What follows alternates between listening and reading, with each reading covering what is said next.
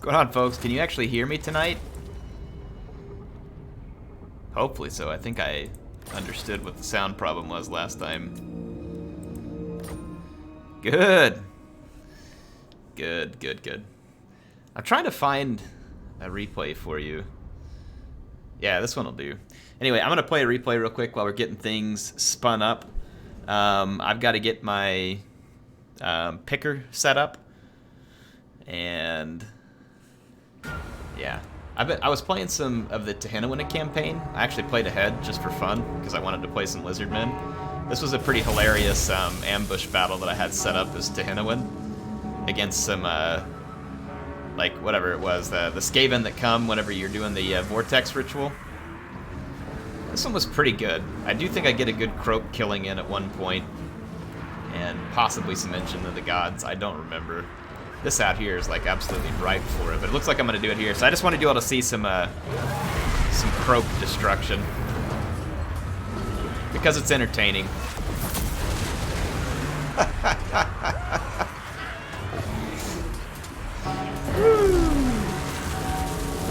It's so hard not to like that. It really is.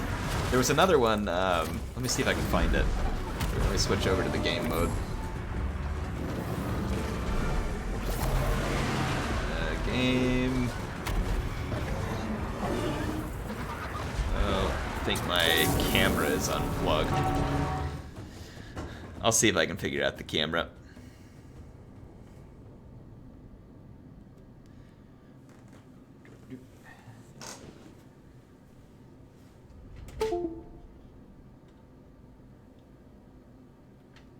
Croak will be an invaluable ally in the fulfillment of the Great Plan.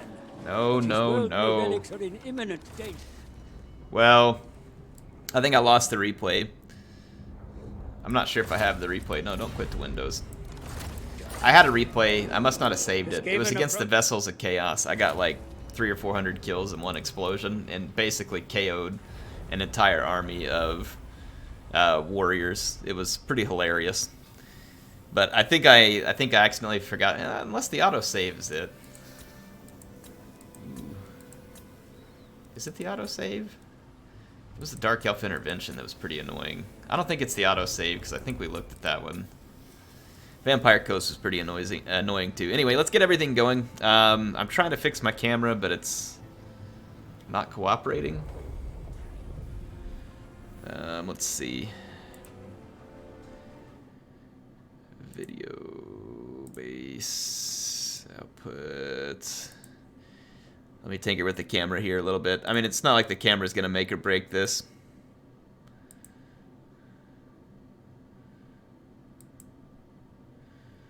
Yeah, whatever. We're just gonna go, I don't know. What do you all want me to, I think to fix the camera I have to reboot. I don't feel like that's, I don't know why in a world of USB you have to reboot to get a USB thing functioning properly. But sometimes you do. It's pretty amazing. It's really annoying. I swear that plug-and-play USB worked properly a few years ago, and Windows managed to ruin it through updates. The camera's working, because it's working when I'm on a different application. And for some reason, it is not working in OBS. So I guess OBS is just being stupid. Let's see, I could try and add.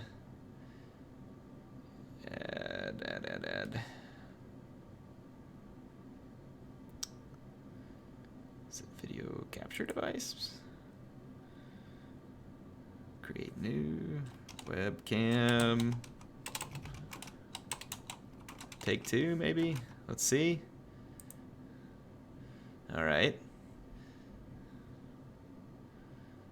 For some reason, it works when I do this. Color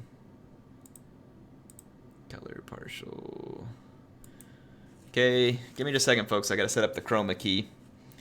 You guys like the green screen? For some reason, like the old webcam one won't work, but the new one will. Unless... Did it get put behind the game? No? It's in the right spot scene-wise, yeah. I don't know. Whatever. Let's just set this one up. I just got to add a filter on it. You all give me real quick, and then we'll get started. It's not properties. Filter. Chroma key. There we go.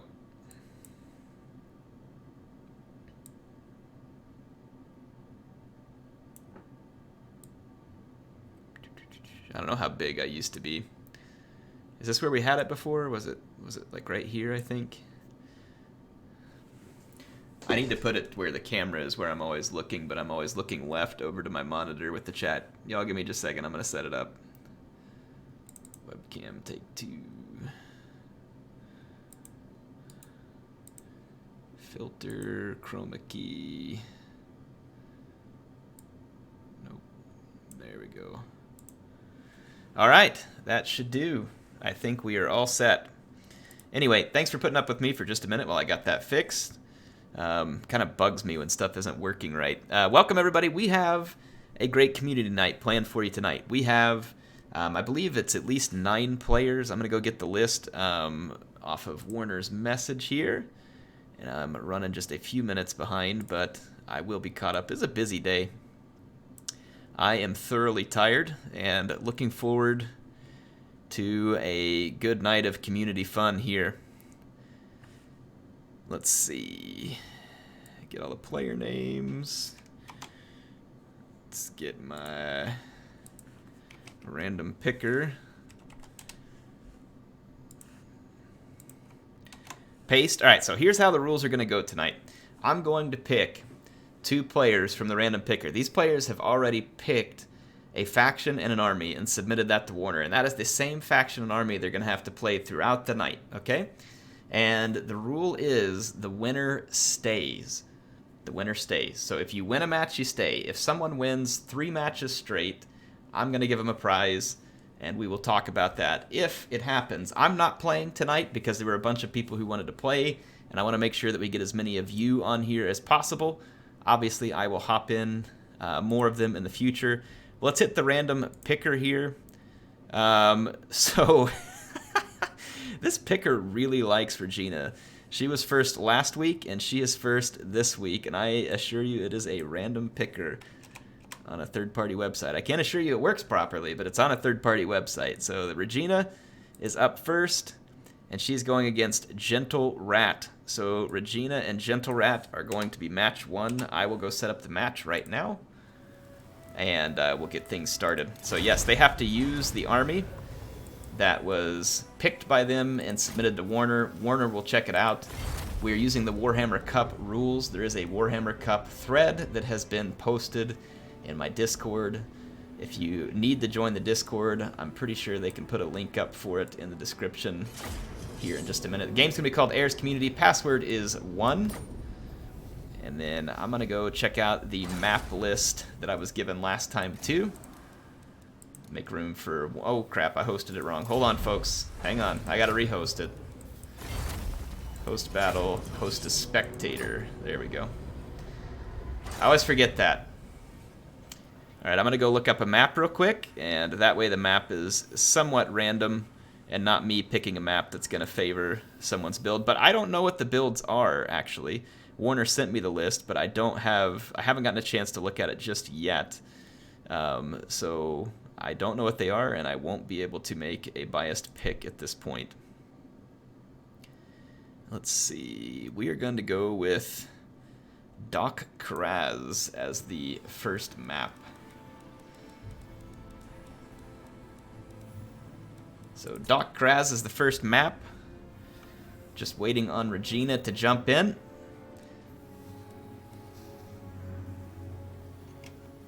And let's see if we can get her in. I'm going to switch back over where I can see my chat.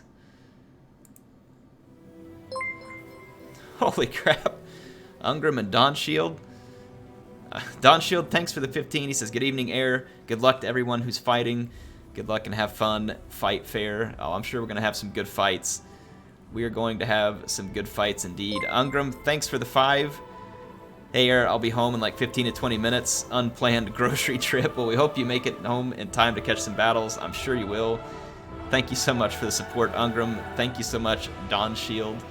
Appreciate you guys being such a big part of the channel. Is Regina out there in chat?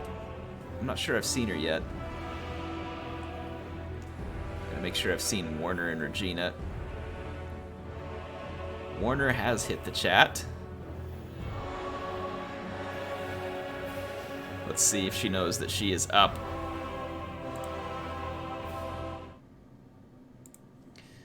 I will send her a message.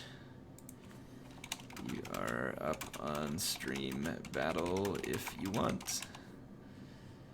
Alright. We're checking in with Regina real quick.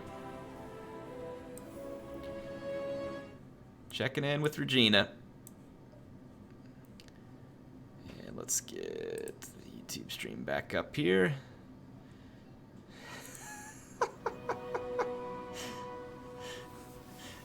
Spartan 9, can you shoutcast?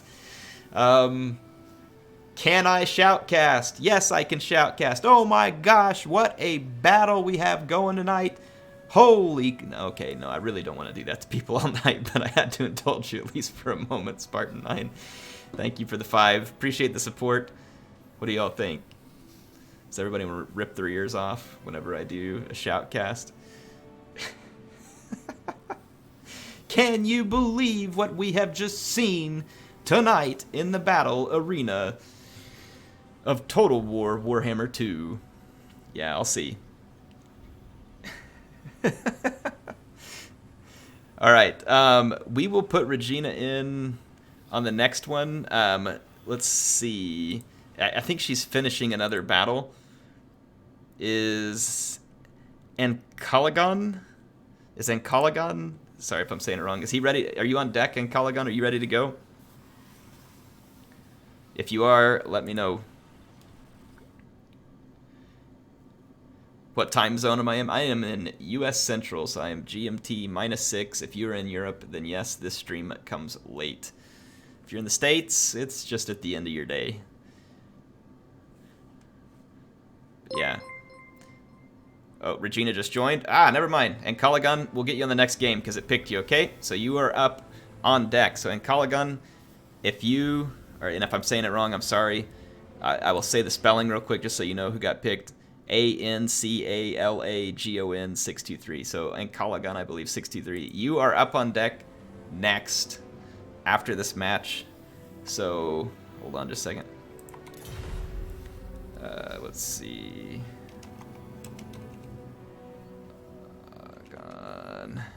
Okay, he heard me, I think. Alright, so he'll be up on deck for the next match. And as soon as the players are ready, if they just want to hit start. And remember, as always, if you are listening to me and you are a player in the match, when the match kicks off, once we've hit the start button, go ahead and mute the stream. Don't watch, so that I can cast the armies and we don't have any cheating going on. It's all honor system here, and we are playing for a prize, so let's please be honorable. Angram Ironfist, thanks for the 5. He says, wrestling joke, as God is my witness, he is broken in half. Who are we going to break in half tonight, Angram? Who are we going to break in half tonight? Regina, always repping Avalorn. She is true to her namesake here. Dalton, thank you so much for the 10. He says, congratulations on your upcoming 250k subs milestone. You deserve it, Air. I don't know that I deserve anything, but I am very, very happy to be here with you all. Dalton, thank you so much for the 10. Really appreciate your support. You and the thousands and thousands of others that have been here all these years, making this an unbelievable journey on YouTube that I hope is nowhere near over, by the way. That I hope is nowhere near over. Thank you all for the support. Dalton, appreciate it. We are almost to the 250k. I don't know if we can make it here tonight because I don't know what the subscriber versus unsubscriber breakdown is on streams, but in my regular videos, if I could make a good enough video to make the non-subscribed people want to subscribe, apparently I would gain 5,000 subscribers roughly immediately. Half of the people watching my videos aren't subscribed, and I'm figuring out how to try and win them over. I think I watched YouTube for years as just like no username or anything until I decided to make one, and then it ended up turning into this channel. No, definitely not planning to leave YouTube, Barbecue Python. Thanks for checking out the armies, Warner, and everybody give Warner a thanks for helping to moderate the event tonight. He also made a cool thumbnail, I think, for the announcement that I'll probably just use for the stream thumbnails from here on out if he's okay with that. Shetland, thanks for that replay the other day too, man. That was amazing.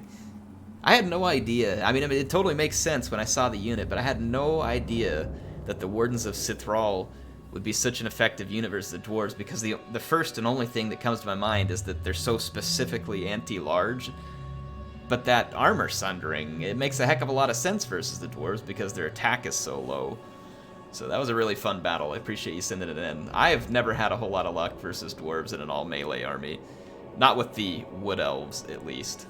Back in the day, you could sometimes manage to shoot up the Dwarves, but players kind of caught on, and they usually bring artillery, and you'll get wrecked if they bring enough Quarrelers or other stuff.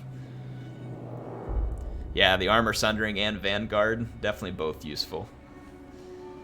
Armor Sundering is just very helpful versus the Dwarves. That's like one of their few, I say few advantages. The Dwarves are good at a few things. They just have this wacky combination of things that they're bad at that makes them kind of different. Like, they have a few things that they are very, very good at. Their armor is nuts. It's like, and then their skirmishers are also very, very good. Their foot skirmishers, because they have shields, and some of them even have decent armor. Like Thunderers, I think, have like 70 armor and a shield. And it's pretty crazy. Regina is doing one of her Avalanche. She always brings something that kind of keeps you off balance. Let's look at her army real quick. She's got a Great Eagle, a Frostheart Phoenix, some Dryads, a Phoenix Guard over here. Then we got an Illyrian Reaver, a Silver Helm, and a Noble. This is going to be on a Chariot. A Lariel, and then a Shadow Mage. Let me make sure I get the magic right. Withering. So she's looking to get rid of armor, leadership, melee defense, and melee attack. You're going to have Scare with the Eagle, and Fear and Terror with the Frostheart Phoenix. Alariel does have Tempest and the Star of Avalorn. So she'll be in good shape to deliver a lot of healing. Norska's got some Ice Trolls here in the middle. So they're going to have Frostbite, which I believe impacts speed. Yes. So it's minus 36% speed. Some standard trolls. That's a lot of armor piercing in the middle of that army. And then there's a little bit of anti-large here with a Marauder Hunter Javelin on both flanks. There are some Marauders across the front line as kind of chaff for the trolls. And we got some Ice Wolves and the Beast of Tashnar, Warhounds, and a Famir Balefiend, Lore of Fire. Ooh, the Maws of Savagery over here too. Yikes.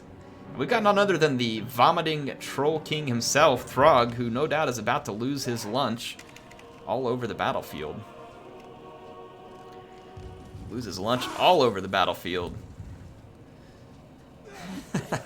What do you guys think Throg is throwing up tonight, by the way? What did he eat? Some Taco Krell? Some Forshaken? Whatever it is. Magnum Knights, thank you so much for the 10. He says Bugmans and burgers are the ready. Are at the ready. Sorry, my bad. Let's get these battles underway. Well, they are about to be underway. Hope you all are ready for it. It looks like it is underway, in fact. Magnum Knights, thank you so much for the 10. Thanks for all the support on the channel. Been here a long time, like many others, and I appreciate you a lot.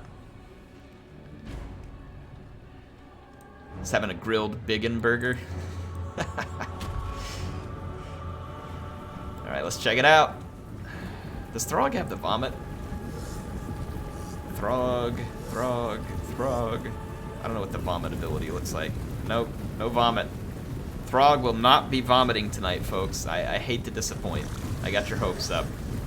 He did not eat enough to properly vomit before the battle. Does he get hit? Oh, Frostheart Phoenix. Taking a quick shot there. Let's see where this fireball's aimed. It looks like the cavalry. Yeah, Silverhelm's going to take a nasty shot there. 6 units down. Mike McGivelry, press the like button or Patchy will be added to the Book of Grudges. Thank you so much for the 5. I don't know if that statement's true, but I appreciate the enthusiasm. I don't want to be in the Book of Grudges, folks. I have enough grudges against me for all the Miss Micro.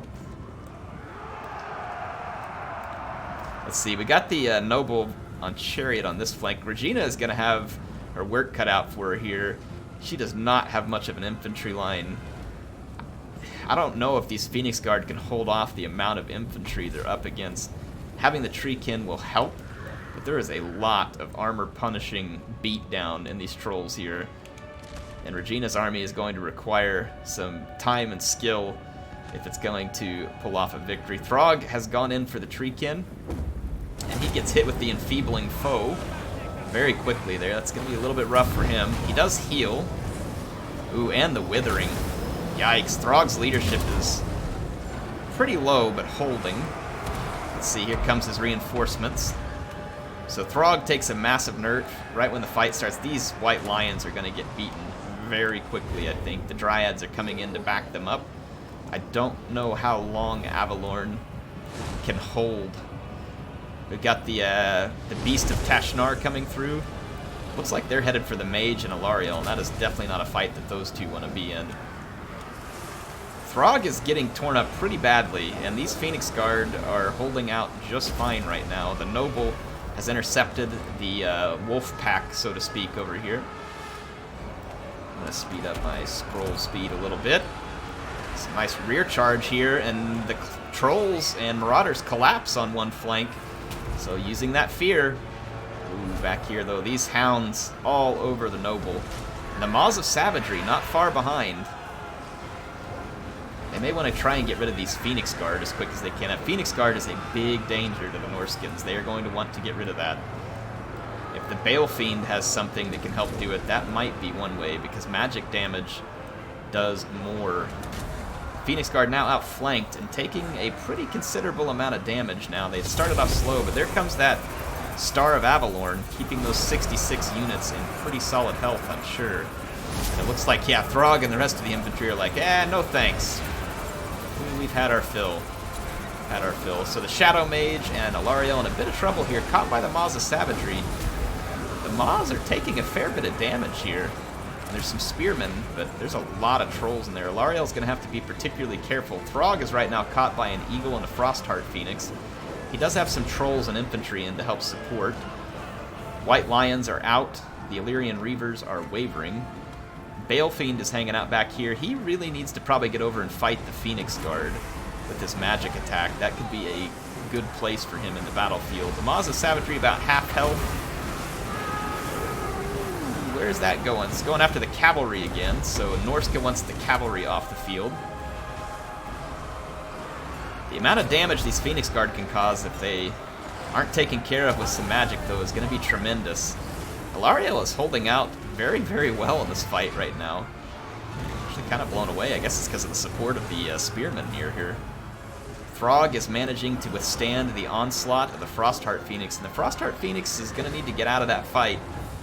Potentially look for some healing from Alariel and see if these Phoenix Guard can help.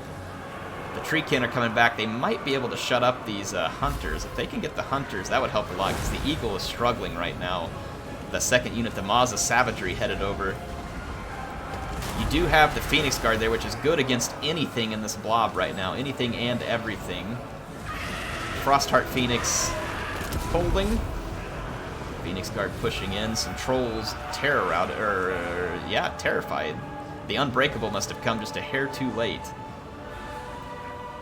Or it doesn't work. But I'm guessing that it came too late. The Eagle got routed, and that leaves the Treekin out to dry here versus the Hunters. Those Hunters are going to be a problem. Let's see if the Noble gets over there to try and deal with the Hunters. Honestly, this Phoenix Guard's holding its own quite nicely, and the Trolls are just kind of having a hard time finishing off Alariel and these Spears over here. I wonder if Balefiend can get in here. He's going to put a Fireball through the Spearmen. We've got the Ice Wolves moving in. Are they looking? Yeah, they're looking to hold the Chariot still. Those Marauder Hunters are pretty critical right here. We'll see whether they can hold. Frostheart Phoenix still managing to stay in the fight, but it's the Phoenix Guard who are doing the real work over here with 102 kills and already almost 2 chevrons in this fight.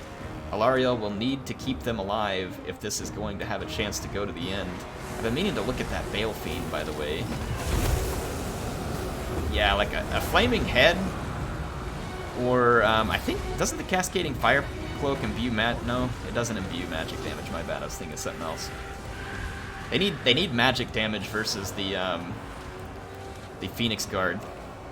Bale King counts as a large unit though, so he would also take a ton, or Bale Fiend would take a ton of damage if he got in that fight. The Noble's now being attacked by Throg and a bunch of trolls. This is not going to be a great place for him. He's going to want to try and get out of there.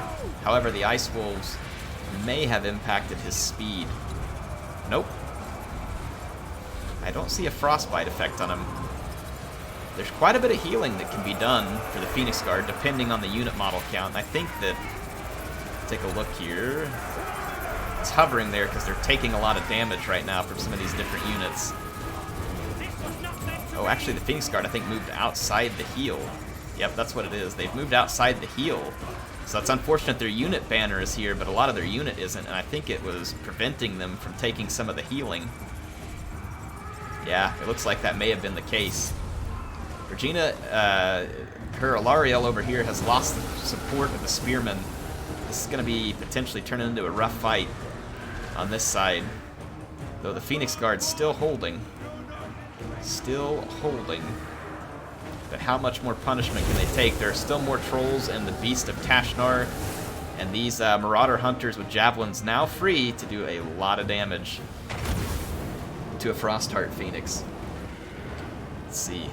Frostheart Phoenix definitely needs to shut down those Javelins. It's going to kill him, or at least get out of range quickly.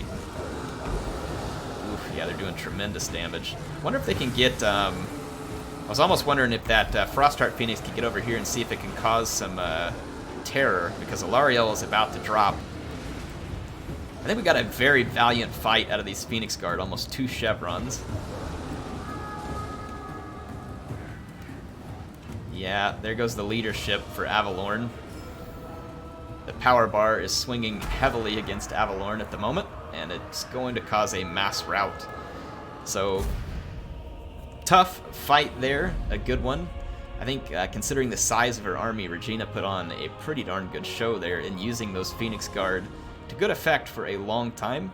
And Norska played their numbers game, and it won in the end. They had enough numbers to keep everything tied down, and it looks like Regina just was not able to get all of the damage done that needed to be done. Though I do really like the way that she used the Frostheart Phoenix to break one of the flanks early. One of the challenges you have, though, having this few units is there's really not a unit free to chase those routed units off and completely out of the battlefield, so they do come back from routing. There was an attempt to take Throg out of the battle, but he had enough help that because of his healing and stuff, he did not come off of the battlefield entirely. So there's a lot of effort put into killing Throg, and a lot of this Phoenix Guard, the 132 kills is a lot of infantry, but they also did a lot of damage to monstrous models like Throg and the Mazda Savagery and some trolls. So the Phoenix Guard picked up a ton of damage in that battle. Really did a lot of work, and it's a solid pick against Norska in almost every respect. Some of the only things that Norska can do about it is use Wulfric's ship, and then obviously whatever other shaman they have. But if they come without a proper magic damage, the Phoenix Guard can be pretty brutal against most Norskin units. Now, of course, a Mammoth can just kind of pummel almost anything. Mazda Savagery, definitely a tough unit to take off the battlefield if you don't have a lot of options at your disposal. And Regina was, cavalry-wise, limited to Silver Helms, though the Eagle and the Frostheart Phoenix were a kind of cavalry here. Like I said, it's a numbers game. It gets difficult to maintain, but loved the army. It was fun. Gentle Rat stays in the game, so he's going to stay here. He now has 1 victory. If he gets 3, and our next person on deck, let's see. I think let's see, who's the next person on deck? It was, and Caligon.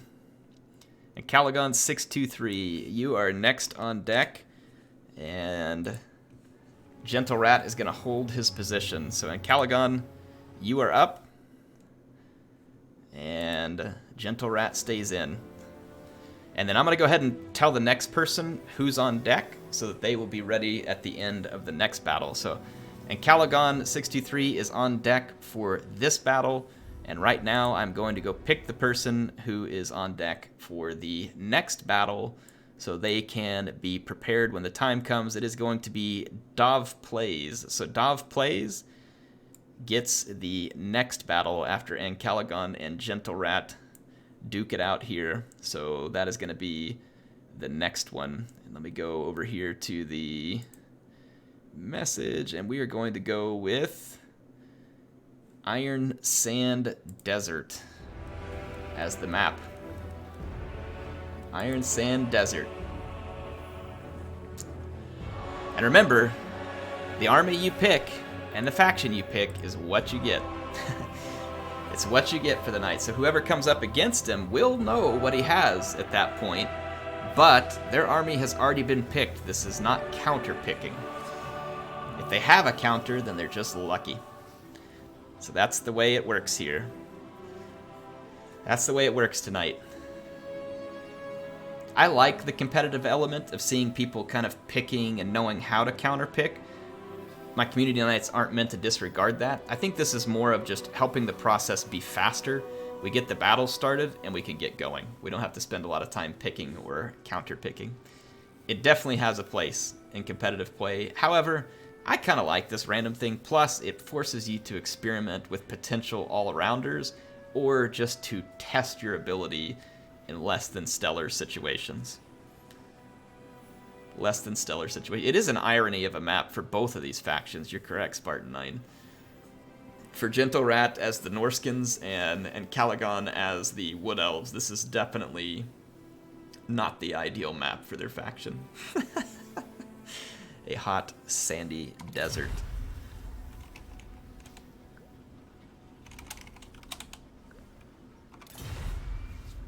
Hot, sandy desert. So yeah, we will see Caligon and Gentle Rat go at it here.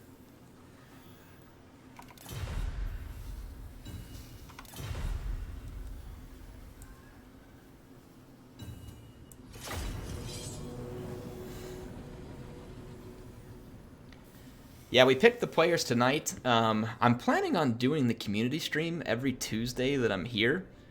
And what I will try and make a habit of doing is going out on, I think, Monday night my time. Again, I'm on US Central Time, and I will put out the announcement. Every now and then I may have an opportunity to do a community day or something on a Saturday when it's a little better hours for the folks in Europe or Asia or the ones that are on like the far ends of the earth from me. But this is really the only time I can stream during the week. And streaming on the weekend, really the best time for me to stream is at night after the kids are asleep, which puts me at the same time as now. But there are occasions where I'm able to stream at other times, and I'm happy to do that when I get the opportunity. But as much as I love you all and love the YouTube channel, I really don't have time with my boys to sacrifice for it, and so you all lose that battle. But, like I said, happy to do it when I can. I am spectating. And we will check out the armies. They're about to load in. Yeah, there was someone who jumped in the spectator slot. It's not a big deal. Whoever's in the spectator slot, you can stick around there, but going forward, we'll try not to have people in the spectator slot, not because I don't want people to participate, but because it could add additional lag inadvertently. Right now, it does not appear to be the case. But yeah, let's do that just to avoid it. But not a big deal for this match. Like, don't feel like you gotta just go. Just watch the battle. And then after that, we won't have people jumping in that one. Not a big deal, though. So the Troll Army is here, and we know what we're getting from the Norse Control Army. No pun intended there. Let's see what we get from the Wood Elves of Caligon here. He has some Way Watchers and the Hawkeyes of Drakira. Now, this unit, I always gotta remind myself, I know they have Hawkish Precision. If there's no enemies within 70 meters, they get extra armor piercing damage. And then they have the smoke bomb ability too that makes it harder for units to catch them because it takes away massive amounts of charge speed and speed. There are 2 Glade Riders with Hagbane tips. There's a Branch Wraith, and it looks like the Branch Wraith does have Earthblood, Shield of Thorns, and Melkoth's Mystifying Miasma. And then we have Orion here. Orion does have his Bombardment ability, his Hound ability, his Horn ability, and then he's also got the Cloak of Isha. Woo! Yeah, he's decked out. And then we've got the Wardens of Sithral right here. You all are familiar with this unit if you watched my recent video. So anti-large armor sundering. Very nice unit there. Let's see, Eternal Guard, Eternal Guard, Eternal Guard. What do we got over here? That's the Glade Riders we saw earlier. And 1 Wild Rider. So not a large army from the Elves. If they want to be successful, they're going to have to use their Way Watchers to pick off all of the... They'll want to start with the most threatening units first, probably. Honestly, there's a lot of units here on the battlefield that can catch these archers. Probably one of the most dangerous ones is the Maws of Savagery.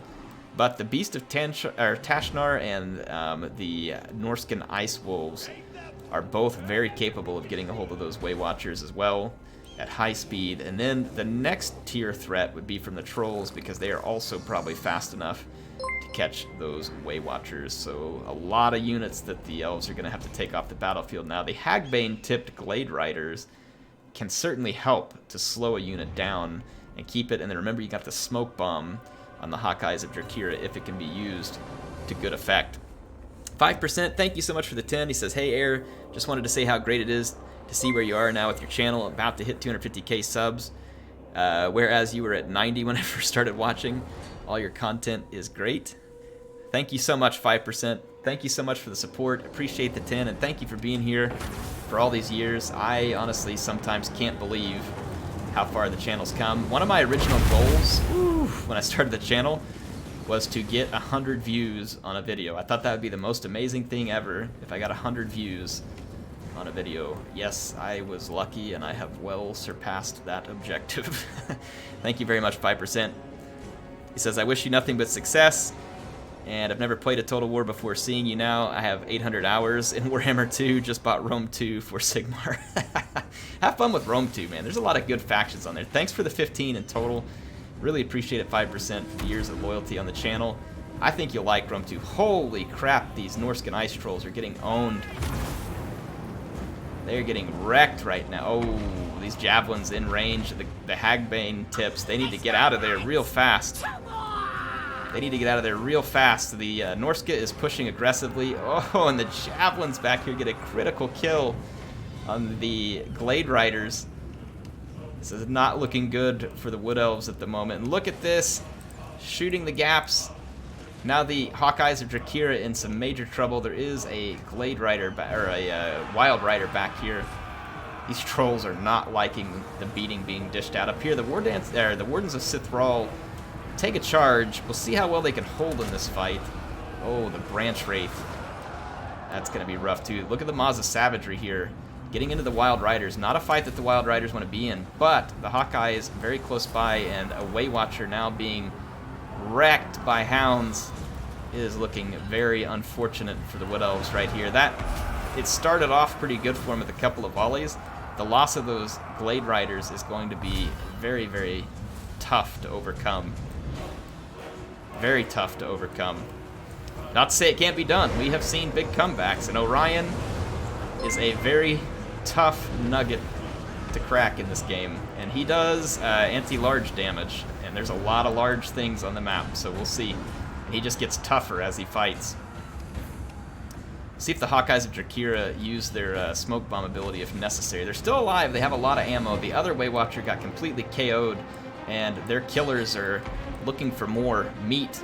Shetland, thank you for the 5. He says, believe it or not, you were the guy that inspired me to play Total War games. Your channel is a pillar of CA marketing. Well, definitely wasn't set up to be a pillar of CA marketing, other than just sharing my love of the Total War games with other people who enjoyed it. So to that extent, yes, I guess it is a pillar of CA marketing. These Wardens are holding out very nice. They got some Earthblood here. Actually, the Wardens just got pooped on. They just got pooped on. Thank you so much, Shetland, and thanks for the replays you've sent in. He has sent in a number of replays to the channel. Really good ones, too. I always enjoy them. So I was pretty excited when I saw a Wood Elf battle sent in the other day. These Marauder Javelins still have a ton of ammo left. These Hagbane tips did come back. Oh, they're going to charge the trolls instead of sitting back. Ooh. Nope, now they're going to pull out. We got War Dancers with Azray Spear holding out okay back here, but taking a lot of damage. I just don't know if there's enough Wood Elves to pull off a victory here. Oh, Orion takes a big shot from the Bale Fiend there. He is putting a lot of damage into this fight, but Throg is beating the crap out of the Branch Wraith. There's still quite a few Wardens, or no, these are Eternal Guard. There's very few Wardens left, and Eternal Guard there. A lot of damage done by Orion, though. Look at this, the Hawkeyes of Drakira survived all this. I wonder if that was their smoke bomb.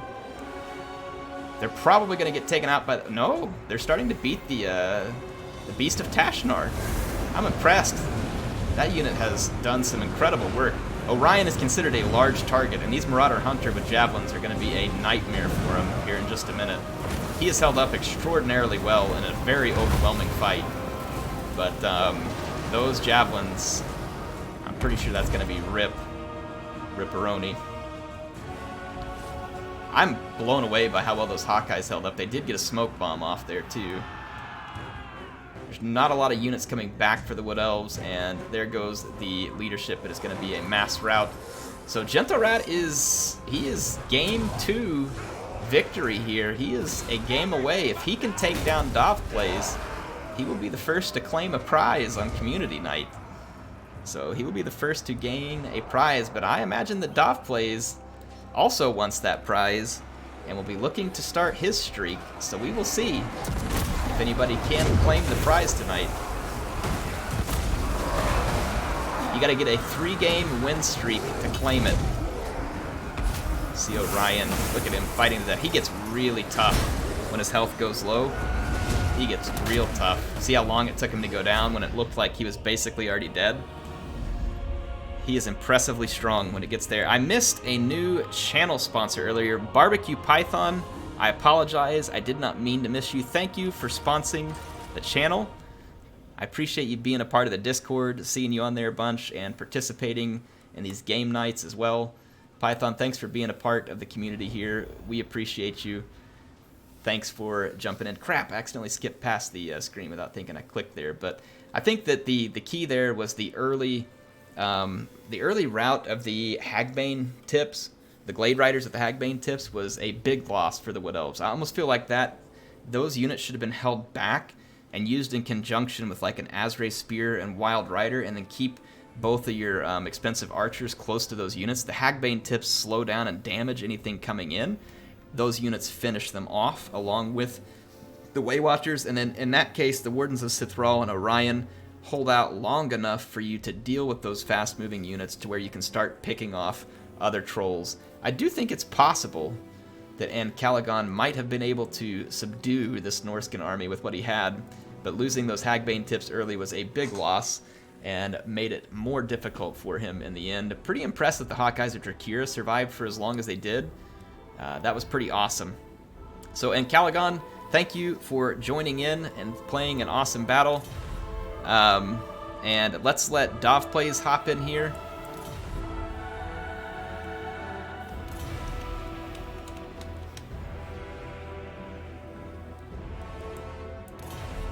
So I am going to, and Caligon, I'm not kicking you with malignancy here. I'm just getting the game set up for Dov to come in. Thank you so much for participating in Caligon. I like the army pick. I do like it. Takes some skill to run that one, but it can cause a ton of damage if you get in the right scenario. So definitely appreciate you being here tonight and putting a battle in there for us. Dov, let me know if you can see the battle. Should be up if you are able to join. And we'll get Dovplays in here and see if Gentle Rat can claim his prize. What'd you guys think? What'd you guys think of Caligon's army? I thought it was pretty fun. I don't know how well I would be able to use it because it does require some micromanagement, but I think it's definitely capable of dishing out some pretty serious damage if it gets the right opportunity. Y'all let me know what you think of the build. Is Dov gonna be making it to the match? I don't see him online on Discord. We'll see whether he makes it. If not, we will get someone else, but let's give him a second. Be able to show up in the match. And is Air planning on AirCon yet? Oh boy, yeah, it's gonna be pretty difficult to fund an AirCon. Pretty sure they're renting. You know, I actually had to go look at this once because I was trying to put together like a big convention for all the engineers at work. We're gonna have like 150 engineers show up, and so I went down to like the big hotel to see how much it would cost to get like their conference area / ballroom set up. Yeah, we'd have to have about $20,000 or $30,000, I think, to get the space to do this, and that's just the space. And yeah, boy, from there on out, I don't know if I could convince like food truck vendors and enough people to come. That would be quite the undertaking. It would be pretty dang awesome, but pretty difficult to pull off, I think. And I wouldn't want to have the air on for me. I just think it'd be cool to get to meet a lot of you all and have like a giant Total War tournament or something like that. That'd be super fun. We can only dream. I don't know. Maybe a billionaire will stumble into my channel and have nothing better to do with their money than to have a big air convention with prepaid airfare and yeah, all that kind of stuff. So we'll keep hoping, right? We'll keep hoping. Maybe they can take the money that they just took from El Chapo and like just donate it to AirCon. What do you guys think? A few $1 billion ought to get us a good convention. I think we could pull it off for the mediocre budget of a few $1 billion. Hasn't responded to my confirmation. Okay, so Dov may not be here. Let's pick the next player. Let's select the next one. I will leave Dov in the running. Ungram, if you are out there, you are on deck, good sir. Ungram, you are on deck. So come hop in. Let's see if Ungram can start his streak to 3, or let's see if Gentle Rat can complete his streak to 3. And we are going to go with Plane of Spiders. So here we go, Plane of Spiders. Ungram is going to try and stop the Norscan Gentle Rat.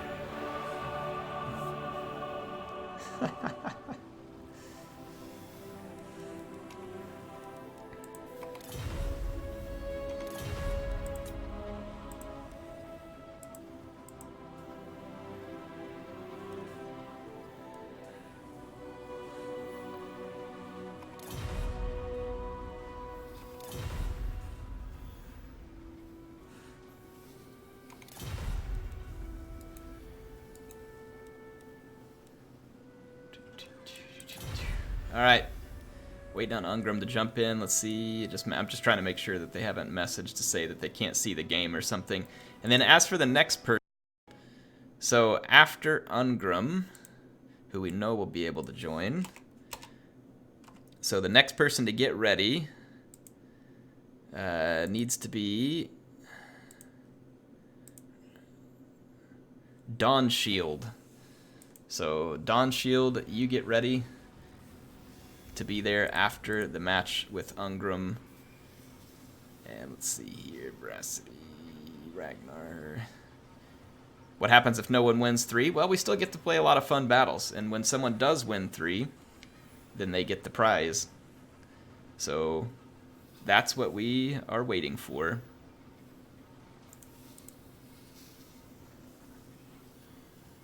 That's what we are waiting for.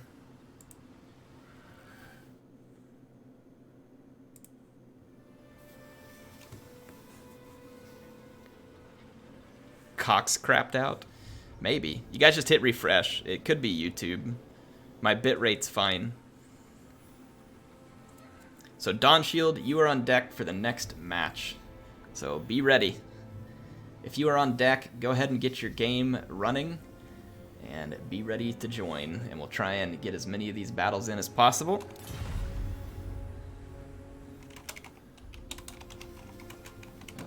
Whatever.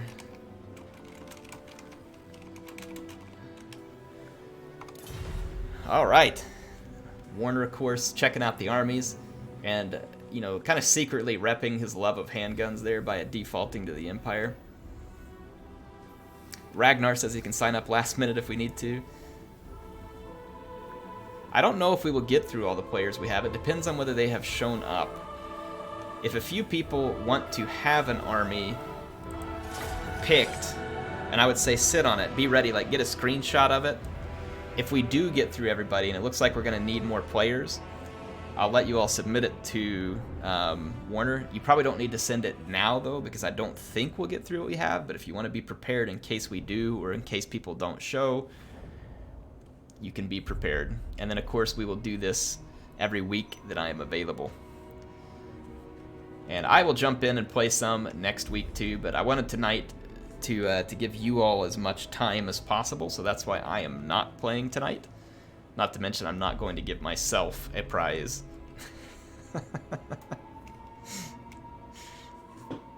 Not going to give myself a prize. MSI has sent me a prize that is currently departing Ohio, having arrived from Taipei earlier today, and I am pretty excited about it. And I will get to show you all on a video very soon what they have sent me, but let's just say to get ready to get your mind blown by an insane AMD gaming build. It's going to be really cool. It's going to be the first time I've ever had an all AMD gaming build. I've had AMD processors here and messed with them, and I like them, but I've never had like an all AMD build, so I'm pretty excited about it. And as of last month, an all AMD gaming build is actually a thing again.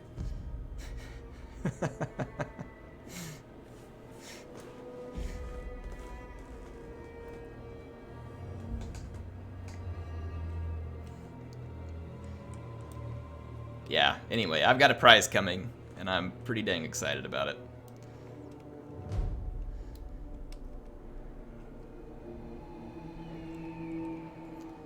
So, again, we're familiar with the Norscan army. Let's see what he's up against. This is going to be the Lizardmen. So we've got, it looks like 3 Saurus warriors. These are not the shielded variant. There's going to be 2 red-crested skinks, a Bastillodon solar engine, a temple guard backing them up. We got the Pop Hapak cohort Cold One spear riders. So, going to be an interesting one back here. And then we have some Ripperdactyl riders, an anti-infantry unit specialty. A Feral Stegodon, again anti-infantry. Croak, who is anti-infantry. And Tic-Tac-Toe. And he is looking for 3 in a row with Tic-Tac. Oh, come on. Alright, I'm not rooting against you, General Rat, but I'm not gonna lie, it'd be pretty funny if Tic-Tac-Toe won 3 in a row. I'm just saying. You all look, it's spectator mode. I can't rig it. If it happens, then it was just fate. It's just fate if it happens. So let's think about the matchup here. There's a lot of large units from Norska, and only a limited amount of anti-large for the Lizardmen. So I think that could be a big struggle here. Trolls are going to do well against almost everything here. Almost everything. There's a lot of armor-piercing damage in these dinos, though, and some potential to wreck up some of the large units a little bit with the Bastillodon. Tic-Tac-Toe also deals armor-piercing damage. If this was the Colossadon Hunters, it might be a bit of a different story here, because the Colossadon Hunters are anti-large. The Lizardmen are going to, I think, have a fairly tough battle here, but we'll see. We will see. The Temple Guard is going to be quite tough against what's here on the battlefield. Croak could cause some insane damage if the Norskins... Oh, it looks like he's dropped the spell, hoping the Norskins would advance in it, so it's going to be a wasted spell from Croak here. I don't know exactly which one that was, but the Norskins patiently waited for that to pass. And now we'll be able to approach without getting hit by Croak's magic. I don't think it was a particularly powerful spell from Croak because of how quickly it went off. We are getting a little bit of lag here. We'll see if we can ease through the lag. If that person's still in on the I don't know if they're still in on the...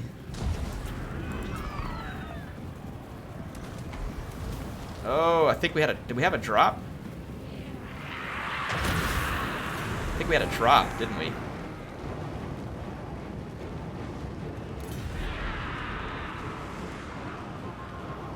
Ungram dropped, I believe. Showing him a CPU 4.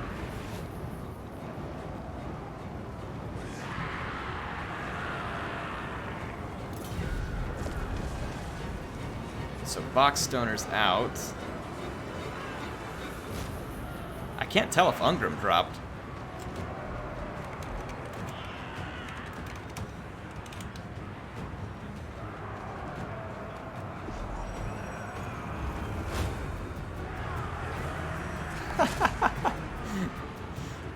I don't know what's going on right now, folks. I don't think Ungram is still in the battle.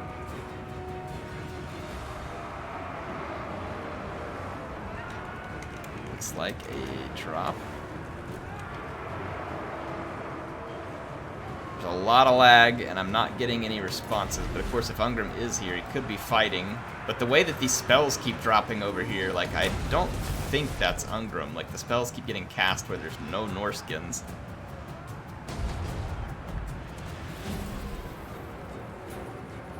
Now, this is actually not my internet, folks, I promise. My internet is on the up and up right now.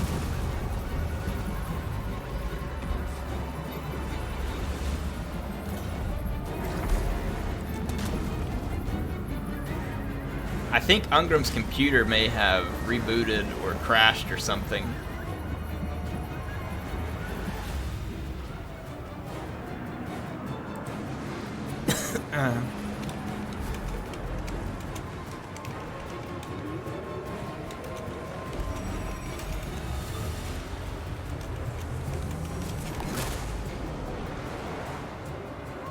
Yeah, I think Ungram crashed.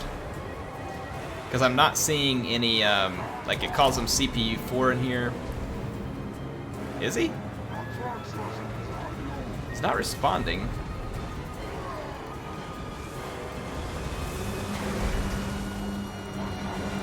Gentle Rat thinks he's here. I'm gonna let it play out. We're gonna let it play out. There's a lot of craziness going on. See, like, all the spells keep dropping where no one's at. I have no idea what's going on right now.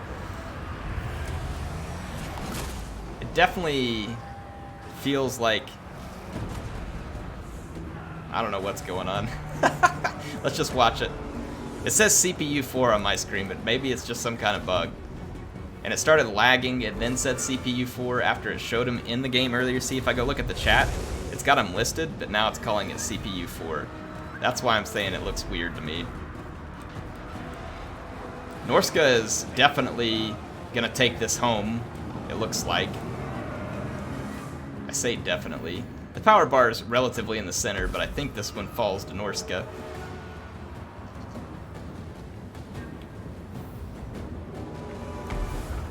To me, it kind of looks like a disconnect, but I don't know that yet, because I haven't heard anything from Ungram. Oh, I did have a disconnect on my stream a minute ago.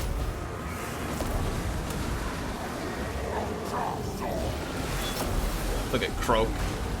Mummified toad fighting a big troll. Not a good fight for Croak.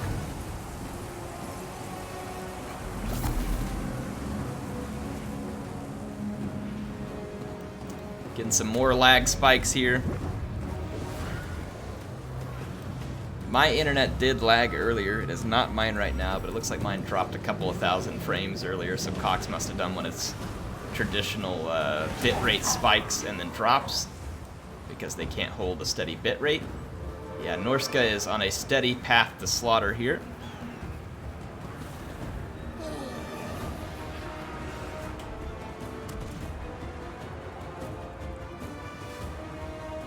But pretty sure he's out.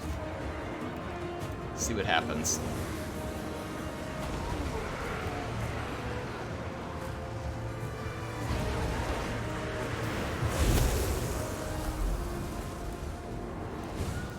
Whew, sorry folks, didn't mean to be yawning on stream there. Excuse me. It's at the end of a long day for air.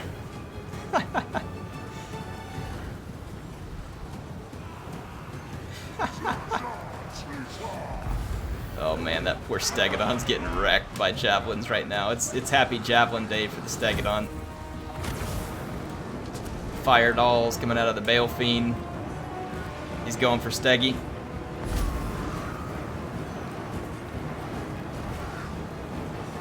So much lag. We're dying.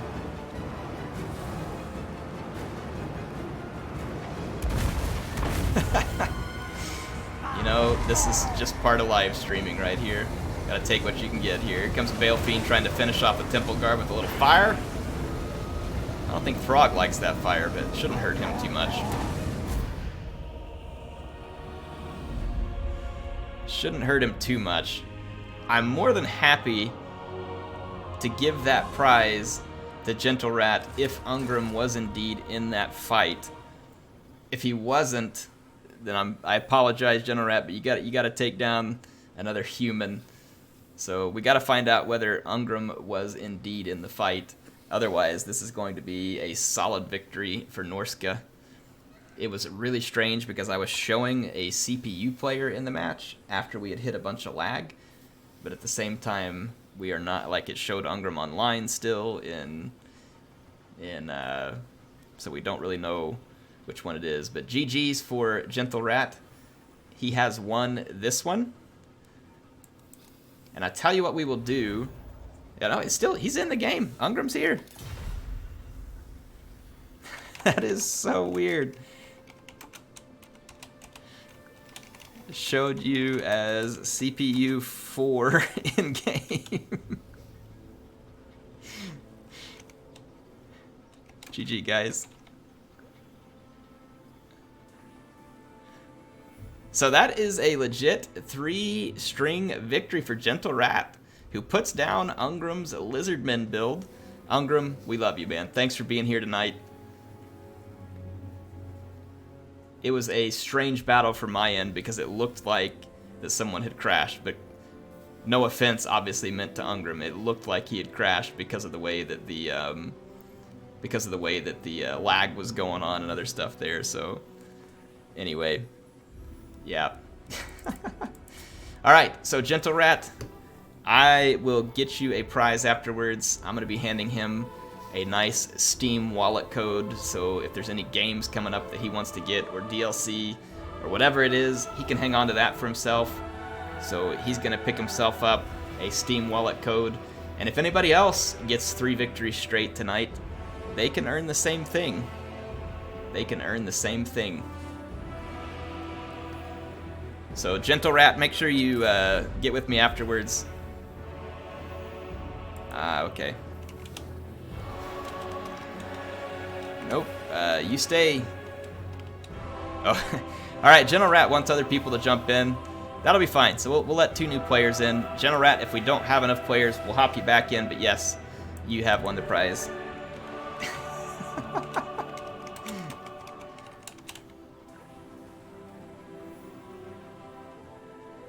Ungram was saying to someone spectating. Yeah, there was another spectator in there. Ungram. I think maybe that's what made it look weird. Is that there was someone else spectating. So, Dawn Shield, you are on deck. Dawn Shield, you are on deck. And let's see who else is going to go up against Dawn Shield.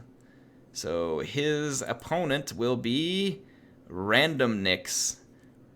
Random Nix, are you in the chat? Are you available to play? So Random Nix and Dawn Shield are on deck if they are ready. The game is up. It is called Heirs Community, I believe. And the password is 1. 1 is the password if you all need it. I think it's called like Heirs Community password 1. Like the number 1. Ungram and Gentle Rat, thanks for the battle. Sorry for the lag. Part of that could have been because of the lag spike that I got hit with from Cox, because I did drop some frames when it was going on, so I have no idea. Who knows? Maybe I caused the crash, like Cox was choking everybody out. That lag killed my croak spells. Okay, that makes sense now, because that same thing has happened to me whenever you get lag in the game and you go to click a spell and it doesn't click where you expect to. And so now you're like trying to unclick it or like go somewhere else and it clicks somewhere else. I totally get that. That has happened to me many times in a laggy game, many times. It gets very hard to click your magic. You have to be like very slow and very deliberate about clicking your magic in a laggy fight. It gets tough. Has anybody heard anything in the chat from Random Mix?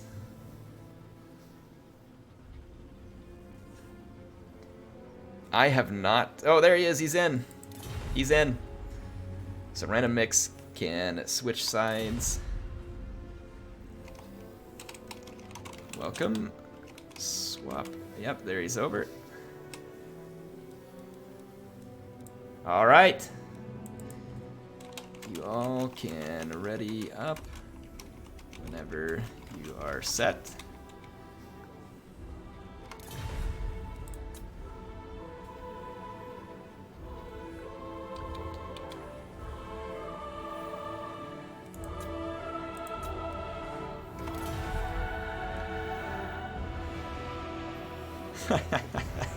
Welcome, Random Mix, Random Nix, and Sergeant Reaper, or Dawn Shield, I believe, from the chat. Blood for the Blood God. Alright, both armies have been selected. Woo, this one's gonna be fun, folks. This is gonna be fun. I'll talk about the armies once we kick in to the loading screen. As always, if you are one of the players playing in the battle and you are listening to me right now, go ahead and mute the stream. We are on the honor system here since there are prizes at stake. If you win 3 battles straight, Air is going to hook you up with a Steam wallet code to help you with your next DLC or game purchase. And I think that there's rumors floating. People are all thinking there's going to be some Warhammer 2 DLC in September. We don't know what it is yet, but we saw their post from CA that there is more upcoming, and I think a lot of us are kind of thinking September, so that Steam code could be good for that. Or if there's something else out there that you're wanting, you go for it. But yeah, three victories straight. If you are playing, make sure to mute the stream. I'm gonna go ahead and talk through the armies when we get in here. I think you all may have seen on my screen a minute ago that I was looking at the armies. We're gonna have 2 mammoths, and the dwarves are gonna have to deal with 2 mammoths. They did have 2 runesmiths, which are good at slowing things down. And there was a few quarrelers, but 2 mammoths can cause tremendous damage in a dwarf army. So we will see how this goes down. It's going to be very interesting indeed to see how it plays out. I'm going to let the players load up here. And of course, good luck to both players. I hope they have a good time. Thank you all for joining the community night. What do y'all think? Has it been fun? Is there something I should do different for the next community night? Like in terms of a different way to theme it. I like the pre-picked armies because it kind of helps us move along quicker. Do y'all have a different format? Should we do like a miniature invitational tournament one night? Like see who's available to play, and then do like a little invitational tournament, like a quick best of 1 or something. You all tell me what you think about different format ideas for how we run the community night, and I'm open to it. Would love to hear what you all say. I really just want this to be a forum for people to come, have a good time, play some battles, and just enjoy it, right? Let's see what people say here. So Veracity says community night is good. I know me and someone else threw some suggestions for community night in the Discord. Ooh, I'll go check it out. Thanks, Veracity. I'm just enjoying the stream. Great to have on while I do some last-minute painting for War Games Con. There you go. Got to get those models ready. Hope the convention's awesome for you. What about Tabletop 2v2? Now that would be pretty fun, just to see how people's armies end up combining. That could be interesting for sure. Chloe asked if I dance. Not well, but back in the day, I knew a few dance steps. I could do a waltz, I believe a foxtrot, a West Coast swing, and some cha-cha. I wouldn't say that I was great at any of them, but I could do a little bit. A little bit. So, and I probably can't remember those now. And dancing definitely not a forte for someone like me who is very engineer-brained and math-focused. believe it or not. I mean, you all have seen my math on stream sometimes. Could be fun to have a thematic night where players would be assigned a faction, would have to compete in team battles. That could be good too. Maybe they can pick an army, but they're assigned to a faction and they just got to do their best with it. Did you woo Mrs. Air with the cha-cha? I have cha-cha'd with Mrs. Air before. In fact, one of the first dates that Mrs. Air and I had together was at a winter ball type of thing. And so we did a little bit.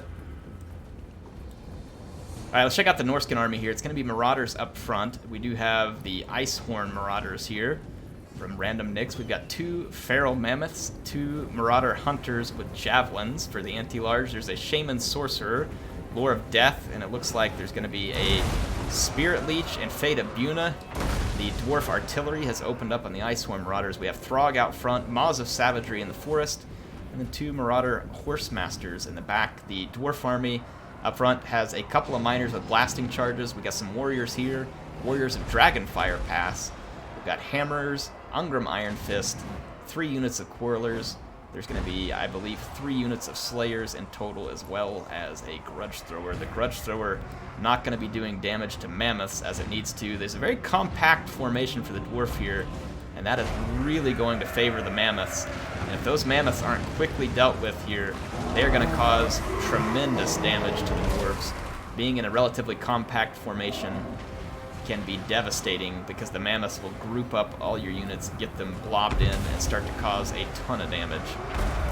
But the Dwarves are a fairly resilient faction in terms of armor and leadership. Feral Mammoth is already berserking over here and taking a lot of damage, and same thing over here. If the Mammoths get shut down, Norska could find themselves with a difficult uphill climb to cut through this much Dawi.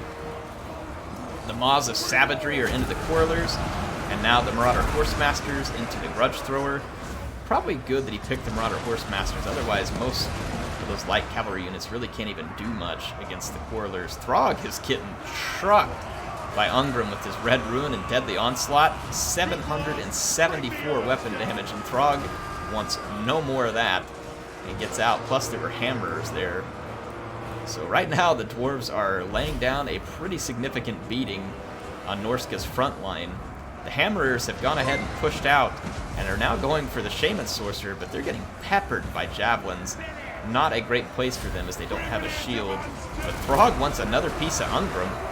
I'm not sure that that's a fight that Throg wants. I don't know that Throg's going to be loving life with this kind of fight. Ungrim is specifically anti-large. So is Throg. A little bit of a vomit there. So Ungrim's at least going to be covered in a slimy layer of ooze here. The Mammoth has regrouped, and now a lot of damage starting to show on the flank of the Dwarf here. These Giant Slayers in rough shape. Dwarf Warriors still holding out okay. The Hammers are gone, but Throg is gone from the fight too. There's still a few Quarrelers left. These Maws of Savagery are still ripping away in the back lines. The Warriors of Dragonfire Pass still holding out strong. It is relatively balanced here. If anything, maybe moving a hair in favor of the Dwarves right there. These Quarrelers can take down that Mammoth. It's going to be big. The Marauder Horsemasters are still doing all kinds of interloping here. The Slayers, though, are getting a good chunk out of them. And this last Quarreler is going to get charged by yet another Marauder Horsemaster. If the Mammoth can stay alive and get some damage done, it's going to be huge. The Runesmith is negating damage. It's going to make it very difficult for Norska to get anything done. Their Javelins are almost out of ammo. Ragnar, thanks for the 5. Lore-based night would be fun. For example, Dark Elves can only fight High Elves, or Ratmen. Chaos can only fight humans. You know, we could do that. We could do a lore-based night. Ooh, look at this. Thank you so much for the 5, Ragnar, and Ungrim, thanks for the 2 and playing in the battles earlier. This Runesmith's in trouble, and the power bar swung back just a little bit right there. The Maws of Savagery have that Runesmith routed. I just dropped a few more frames, but it looks like it's stabilized here. So let's see what's left. The Runesmith is the only one left holding over here with just a few Dwarf Warriors who are on the verge of defeat. A Mammoth is still alive. This does not bode well for the poor Dawi, who have lost most of their infantry at this point, though the Warriors of Dragonfire Pass still here, still hanging on. There's really nothing to kill the Mammoth, and it has 1,500 hit points almost. Shaman Sorcerer, let's see, these Runesmiths, they're definitely doing some work using the Rune of Oath and Steel. If they still have Wrath and Ruin, that would be a really good one to use on the Maws of Savagery, or in this case, on the Mammoth. It won't do a lot of damage to it, but at least will slow it down. Oh boy, these guys have their flank just wide open to a brutal Mammoth charge. Brutal Mammoth charge. So the Warriors of Dragonfire Pass are probably about to get passed through the digestive system of an angry Mammoth, unless the Slayer King and his Red Rune can get in here. Oh my goodness, he put a hit on there. Took about half of the Mammoth's hit points off. Holy crap, did Ungram put a hit on that Mammoth. Ungram really trying hard to save this battle, and doesn't quite slay the Mammoth, but he takes a big old chunk out of it. This Runesmith, if it goes, it's going to be really... yeah, it's gone. So the Rune of Negation is lost. Throg came back. He's getting shot at by Quarrelers here. There's a Marauder Horsemaster ready to chase them down. The other Runesmith is back in the fight. The Rune of Negation. It's going to be an interesting finish here. I think that the Norskins will probably be able to do it, and if that Mammoth comes back, it will certainly help to give a charge or two. But I think with the Maws of Savagery and Throg, there's not much that Ungram... the Runesmith needs to fight near to Ungram. But if he starts to ignore this fight, and even if he sticks in it, his leadership could be gone. He is surrounded and in a very difficult fight. If the two of them were together, it would help fairly significantly. He's got the Axe of Dargo here. Deadly Onslaught. Ungram has caused a tremendous amount of damage. There's a Wrath and Ruin here. Some of the Marauder Hunters with Javelins. Ooh, that Runesmith is just teetering on the edge of losing leadership. These Norskins, though, not as likely to lose their leadership. And you can see here that the routed dwarf units can be run down at will by the Norskins, and intelligently keeping Throg out of this fight, as he is not necessary to the effort right now. And Norska is going to claim the victory here. The dwarves definitely put up, I think, for the most part, a very solid fight here. And at times, you know, they darn near killed Throg. Throg is lucky to be on the battlefield at this point, but a nice use of Throg after he got back on the battlefield in terms of keeping him back and letting him heal. That can help swing a power bar even as your leader starts to pick up more and more hit points. So it's definitely a good call. I don't know if Ungram has any abilities left, and his hit points are getting very, very low.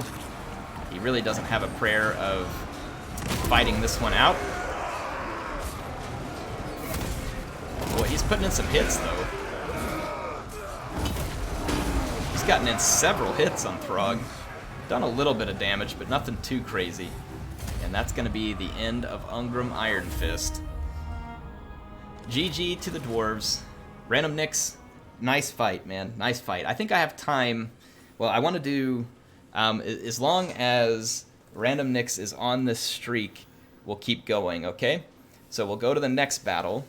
And Random Nix, his next opponent is... let's pull him out of the selection here. Shetland Apache. If Apache wins, this will need to be my last battle for the night, and I'm not trying to discourage anybody from winning.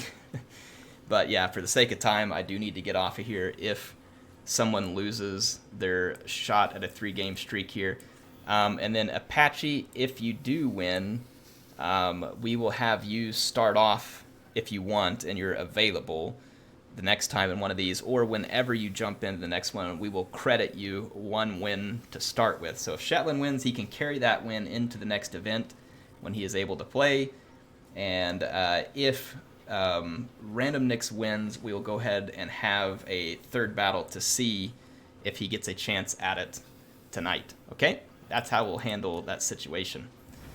So Apache is already here. Warner, I don't know if you got to see the armies, but I'm sure Apache knows how to pick Warhammer Cup rules, and you were good with Random Nix a minute ago. So I think we probably should be good to go. Just let Warner take a quick look, make sure everything is as expected, because he's the one that saw the builds, and I didn't. Like I said, I think that should be familiar with it. I actually still have a lot to learn about the Warhammer Cup rules. I like them, though. They're really good rule set. I don't feel like it really gimps up a faction or makes things uninteresting. I've watched a lot of tournaments with the Warhammer Cup rules, and it's a really nice rule set. It's a very nice rule set, in fact, I feel. Maybe the most competitive players know better than me, and there's something they don't like about it. I'm going to pick the... we're going to go with Troll Country for the next map. So map is going to be Troll Country.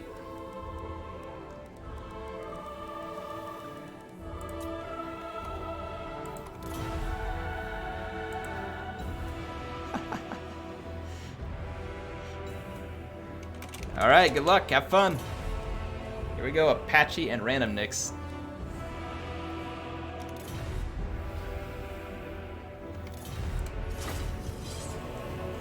Apache and Random Nicks. I'll go ahead and start talking through armies once we get on to the map. If y'all are just joining, we are doing a community night. These people have to pre-select their army for this fight and their faction, and then use it. And if they win 3 battles in a row, they get a prize. We've already had someone claim a prize tonight with 3 victories. That was Gentle Rat, and we're pretty excited for him. He's going to get a Steam wallet code. Should help him out with his next Steam purchase.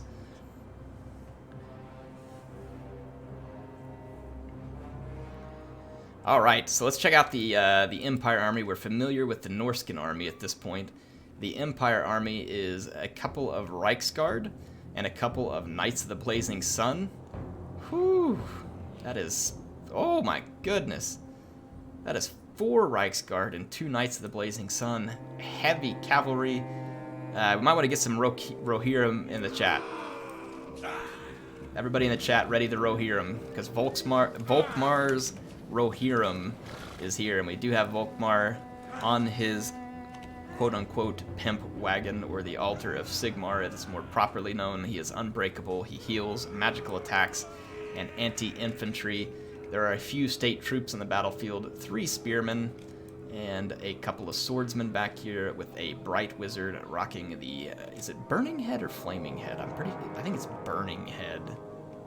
Yes, Burning Head and Fireball. Burning Head and Fireball. That is a lot of heavy cavalry. Let's see how it stacks up here. So the Mammoths are going to find themselves potentially bogged down in cavalry, which is not going to be an ideal fight for them. However, the cavalry, is not specifically made for mammoth killing. At the same time, the fire damage on the Knights of the Blazing Sun would be pretty good against Throg. And these Marauders would get beaten down by a charge of Reichsguard. The Javelins could be quite good against all the cavalry. Throg, ooh, a fireball. Throg is weak to fire damage. I like him dancing in a circle. He tried to outdance it. Throg is just not a super maneuverable character there. Here comes the Reichsguard. Rohirrim! Oh, those Knights of the Blazing Sun just crashing in behind the infantry. And then he's probably going to start cycle charging.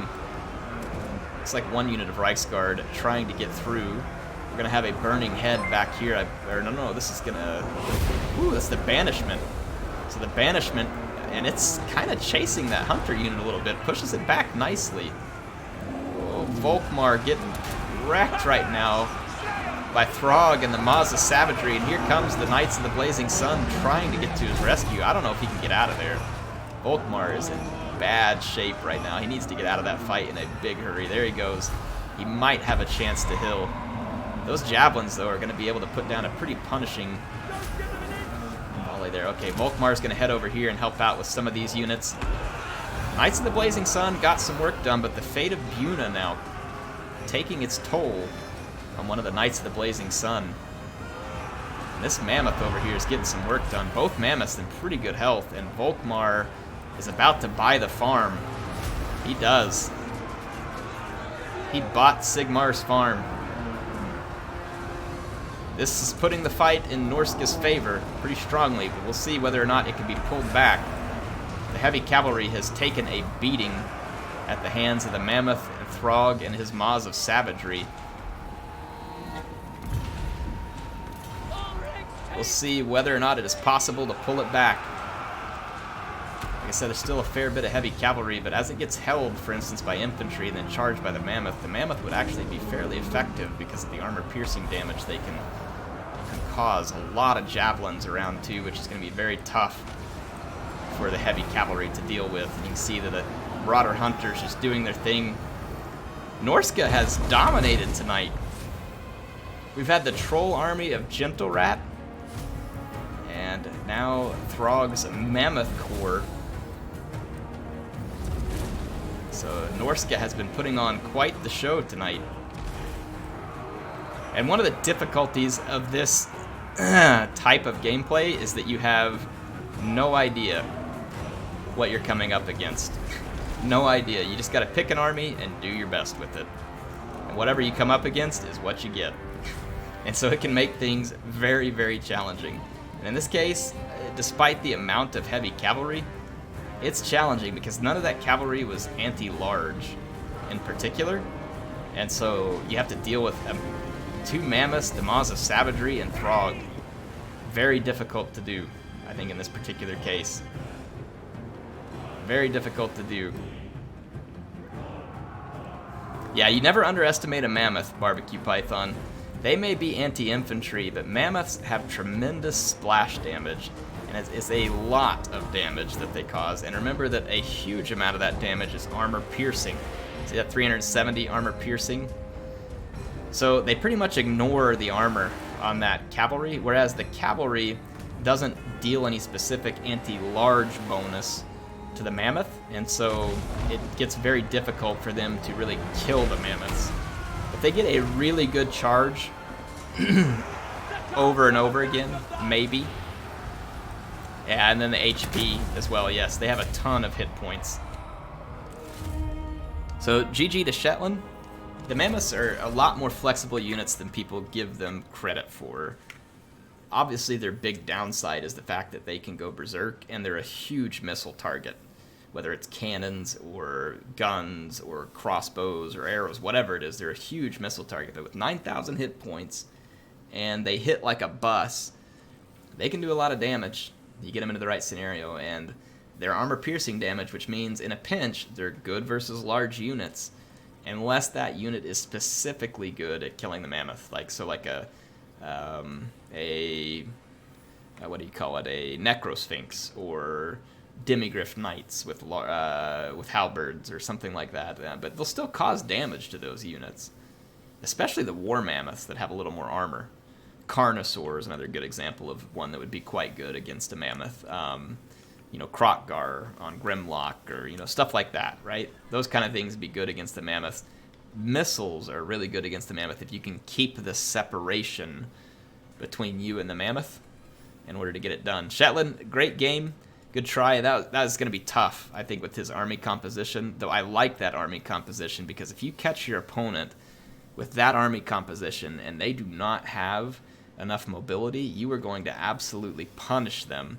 So they'll be struggling to kill Volkmar with infantry while just getting hammered by heavy cavalry with a high charge. So definitely a fun army, and I can see the merit in it when it gets into the right spot. But like I said, in a game night like tonight, it's a tough spot. You don't know what you're coming up against. So that means we're going to give Random Nix a chance for a third game. Apache, thanks for playing tonight. Thank you for playing, and thank you for the replay again. Love having you around, man. Love having you around. You send me replays whenever you want. Flying Taco, if you are here, you get a chance to either end Random Nix in his attempt for the prize, or Random Nix gets a chance to take home the prize. And this is going to be the last one for tonight, and I got to hop off.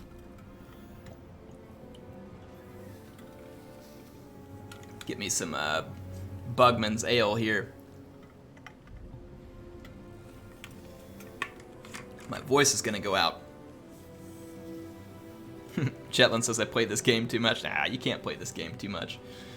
This game's too much fun. I was just having like such a good time the other day.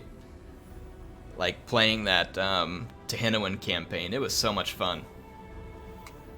Random Nick says the clan tags scare him, especially when it's XMT. It's the extreme meme team, folks. It's the extreme meme team. Who founded XMT, by the way? I can't remember who it was, but I know Wicked and Halo were involved in some of it.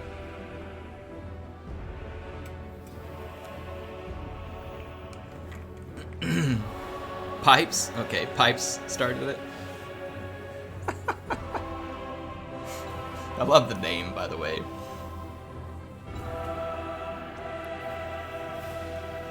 Where's Falcon? Ooh, man, I don't know. Falcon is... he's another fun one in the game. There's so many fun players in this game. I can think of a bunch of players. And then, speaking of which, I got an email, too, from Achilles and Panda Warrior, who were some very competitive players from past Total War games. I don't know if they played Warhammer 2. They may or may not. But they made a competitive multiplayer mod for Total War 3 Kingdoms. They've put together a mod that helps incorporate rules to try and make the game balanced for multiplayer, and they sent me a battle, and I'm going to show that off for you as soon as I can. But Panda Warrior, man, him and Achilles, golly, those guys back in like Fall of the Samurai, holy crap, man, they would go at it like with some armies. Fall of the Samurai and Shogun 2, it was so much fun watching. So yeah, I'm going to show you all that mod. They sent me a link to it. I'm excited to take a look at it. I'll try and get some content out on that soon. But yeah, they are definitely, Shetland says they're a legend. They're a legend to me too in the Total War games. There have been, over time and still, some really great Total War players, and I love watching the battles with them. It's so much fun. Yeah, and did you guys see that Fall of the Samurai got its title changed to Total War Saga Fall of the Samurai? I guess they're incorporating it into that series because that's kind of what it is. And if that's the case, then sorry, Thrones of Britannia, but Fall of the Samurai is the best Total War Saga by a long shot. In fact, we need to have a Fall of the Samurai night. We need to have a Fall of the Samurai night. Holy crap, that game was fun. It was tricky at times, but it was fun. Yeah, sorry, Thrones. Fall of the Samurai, greater. Alright, so we got the Beastman here for Flying Taco. Let's check out his build. He's got Morgur the Shadow Gave, with some of his Chaos Spawn abilities. He's got a Bray Shaman, Lore of Wild, and that is going to be Vile Tide and Savage Dominion, so he's planning on summoning a Cygor. We do have, it looks like, 2 Razor Gore herds. Yeah, a couple of Razor Gore herds. That's an anti-armor. I guess they probably call it like a monstrous cavalry or beast or something like that. He's got the Butchers of Kalkengard. Very nice Minotaur unit for anti-armor duties. He's got the Eye of Morslib. And out front here, we got some Razor Gore chariots and Ungor spears, along with some Gore herds as infantry. Just kind of think about the matchup here. Those mammoths are going to be... those are going to be tricky to deal with. Those are going to be tricky to deal with. Looks like the chariot may be trying to absorb some of this and cause damage. Oof, yeah. It is going to be so hard for the beast. Well, I mean, they do have the Butchers of Kalkengard that certainly ought to be able to get in the way of the mammoth quite well. Got a Spirit Leech over here. Let's see what the Butchers of Kalkengard decide to go after. Right now, they're aiming for this mammoth. That means this flank is wide open to the mammoth. Oh, it's going to do so much damage to these low armor beastmen units. So the summoned Cygor, the Butchers of Kalkengard, Throg, a Razor Gore herd. It is all in over here. A summoned Chaos Spawn. I don't think the Butchers can push through to the Mammoth very well here. And look, here comes the Marauder Horsemasters. Here comes a Razor Gore herd here. Nice play against that infantry. Beastmen have a bit of a break here in the center. They push through. They might be able to get after that Bray Shaman. The Mammoth berserks, and that leaves Throg in a nasty spot. I don't know, folks. The Beastmen, they got a little bit of momentum going right now. They got some momentum going. The Razorgore herd has berserked as well. Let's see whether the Butchers and the Chaos Spawn can finish Throg. Throg does not want any more of that fight. He is getting out of there. Another summoned Chaos Spawn over here. Norska is finding themselves in a tough situation here. The Eye of Morslib just taking it into melee with the Mammoth, which is probably a good call. The Maws of Savagery still rolling around out here, but Norska has some pretty serious troubles on their hands right now.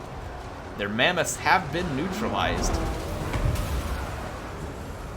And a very nice play by the Beastmen, using their summoned Cygors to help complete the job.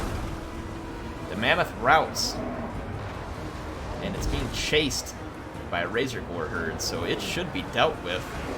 Throg is healing. Still got some Marauder Horsemasters. A little bit of infantry regrouped back here, but I don't know if Norska is going to have what it takes to pull this one back. So we got these Chaos Spawn that were summoned off Morgur. Morgur, very capable. He heals. He's pretty tough to kill. He's not bad in melee. And he summons Chaos Spawn behind your line. And that can be pretty rough, depending on the situation.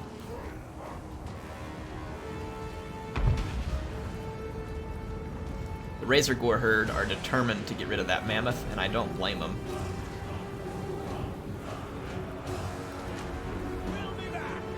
Ooh, Bray Shaman's gonna get butchered. The dairy cows of Kalkengard, they have come and played their part. These are some very, very angry cows. See Throg over here fighting the Eye of Morslib. That Mammoth came back. It is covered in blood. The Horsemasters are trying to bring down the Eye of Morslib. See how that fight goes. Throg is doing very well in that fight, not surprisingly. But here comes the Butchers of Kalkengard. Definitely a unit who can help deal with Throg. I don't see how Norska digs himself out, but I have to give props to Random Nix. That was a good run and a good army, and he did well with it in those other battles. He did well with it. So Random Nix almost picks up a 3 streak there, and Flying Taco, if he joins us in the next stream, will start himself with a 1 streak, and it can try and work his way to 3. So tonight, Gentle Rat takes home a prize. Random Nix gets very close with another awesome Norska build. Overall, 5 victories for Norska tonight. So I'd say Norska was pretty dominant on the scene, and a bunch of fun battles. Thank you, Taco. Thank you, Random Nix. Thank you, everybody who was here on the stream. Really appreciate those who supported, and our new channel sponsor as well. Definitely appreciate all the support that you all give me, and I love doing these streams for you. Can't wait to see you in another community night. I will look at some of the feedback you all posted for me, and I will see what we can integrate. Let's take a look at quickly at just this battle here. I have Morslib and the Butchers, very important units, but that summoned Cygor also doing some work against the Mammoth. But look, even with all that work, this Mammoth picked up a Chevron, and 80 kills, and then 64 over here. Very impressive work by Random Nix. I like the build. I think the combination of damage dealing across the Maws of Savagery, 2 Mammoths, and Throg, along with the death magic, that's a lot of damage you can dish out to an army. It's a pretty versatile army. Obviously, it's not going to be good against everything, but it's fairly versatile for what you need. You got some mobility, you got a little bit of skirmish, you got a little bit of anti-large, you got quite a lot of anti-infantry, the death magic, which can either be focused on a lord or a specific unit.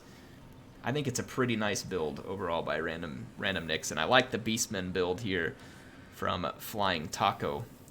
So appreciate y'all being here tonight, and I will get with Gentle Rat for his prize. Warner, thank you for assisting with the builds and for the work you do on the channel, and appreciate everybody else here as well. Can't wait to see you all next time.